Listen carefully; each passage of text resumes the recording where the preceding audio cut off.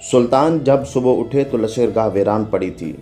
جب چنگیز خان کو سلطانی لشکر میں پھوٹ پڑنے کا علم ہوا تو اس نے اپنے سارے لشکر کو جمع کیا اور خوارزم شاہ کے تعاقب کے لیے نکل پڑا، کیونکہ وہ ہر صورت اپنی شکست کا بدلہ لینا چاہتا تھا۔ سلطان نے بھی اپنے حامیوں کی طرف سفیر بھیجے تاکہ وہ مغولوں کے لشکر کا مقابلہ کر سکے، لیکن جب کوئی نہ آیا تو سلطان نے غزنی سے ہندوستان کی طرف کوچ کیا۔ سلطان نے پشاور سے ہٹ کر دریائے سندھ کا رخ کیا تاکہ دریا پار کر کے مسلمانوں کے بادشاہ شمس الدین التمش کا تعاون حاصل کر سکے۔ چنگیز خان کو سلطان کے ارادوں کا پتہ تھا، اس لیے وہ ہر قیمت پر سلطان کا راستہ دریائے سندھ سے پہلے روکنا چاہتا تھا۔